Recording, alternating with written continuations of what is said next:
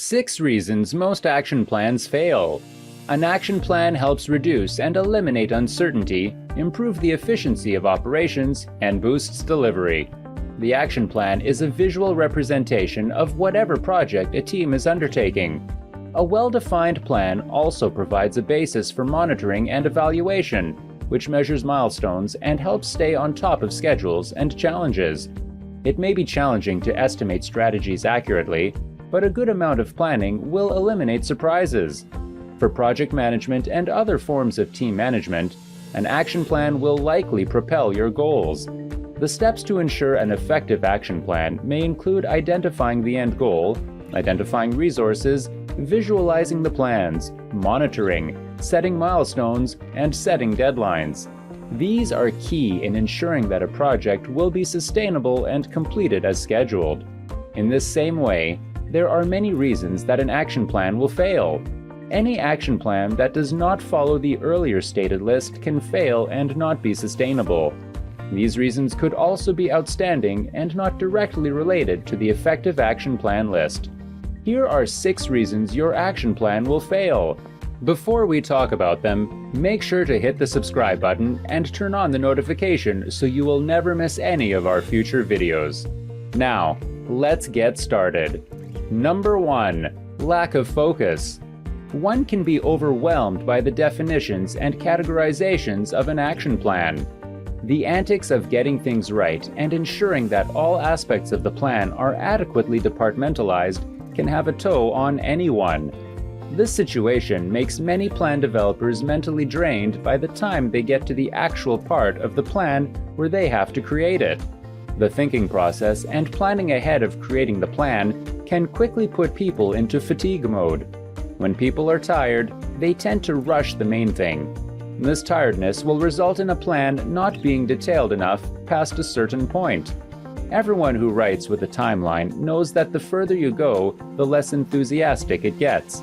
That happens when the focus begins to shift because the team is tired or the plan developer is fatigued. So think about it this way. You are supposed to have 8 hours in a day to write a plan. The first 5 went into researching and planning to start the plan. Naturally, you are now only 3 hours from your closing time, and you will spend all your time trying to finish the plan before the time is up. There is a probability that your first few slides are detailed in this scenario, but getting toward the end, you will be in a hurry to end things. This point is what we mean by losing focus when writing the plan. It would be best if you tried to give yourself enough time to write and to take breaks and not in fatigue mode at any point in the writing process.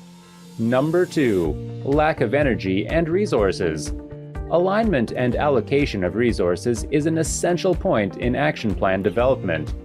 There are situations where a team puts so much budgetary allocation into the planning process that it does not have any money for the main project when it starts. The team needs to have practically everything it needs before it sets out to begin the project. When you build a plan that asks for an amount of money and equipment, you should be able to provide those as soon as the plan is rolled out. It will be an unrealistic turn for resources and energy to be prescribed in the plan while the team cannot provide them. This point is a massive impediment to the failure of an action plan. If the unit lacks the right energy to tackle the action plan or resource shortages, including personnel, equipment, money, or materials, the action plan will fail. Number 3. Lack of understanding.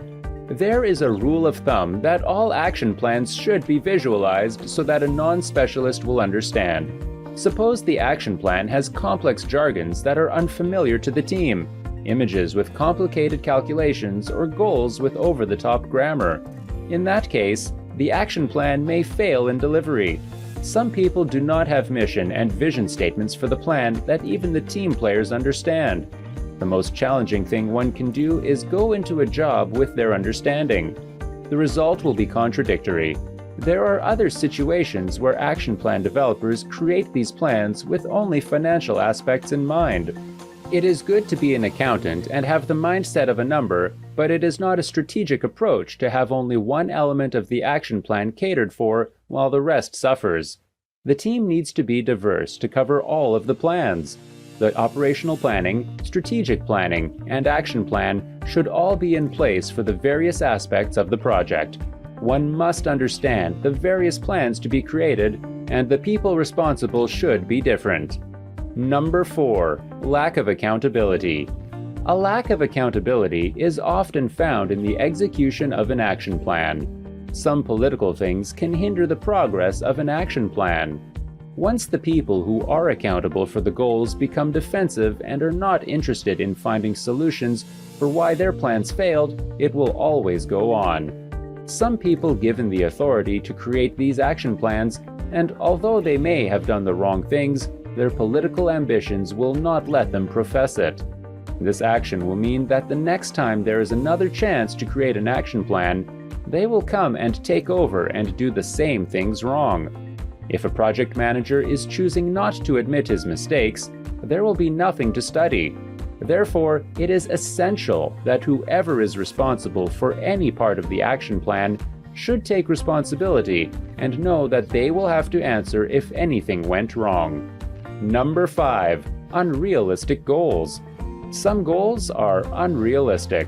There are so many things to achieve, but it should not even start the action plan if the goal is beyond the team. Imagine the federal government saying that it will ban all fracking activities in the United States in a year. It is improbable that this plan will work. There is a lot of stakeholder engagement, Senate debates, environmental campaigns, and political willpower to have it materialized. Once the end goal is identified at the beginning of the action plan creation and unrealistic, it is prudent to call it off because it will never work. Number 6. Lack of flexibility. One thing that makes an action plan work is the flexibility that is afforded it from the beginning. If the plan comes out and there is no space for editing, updates, or changes, there is no way to flourish. There are challenges that the team may never foresee, and those must get allotted to editing and updates. The action plan must be flexible and should be able to assimilate new information and change some plans. It is not realistic to have a rigid schedule that the team cannot alter to fit new specifications. It is necessary to have an action plan for all project executions. These plans must directly be focused upon, with resources available for the projects, with a non-complex plan and accountability merit. These plans should also have a follow-up and be open to change quickly.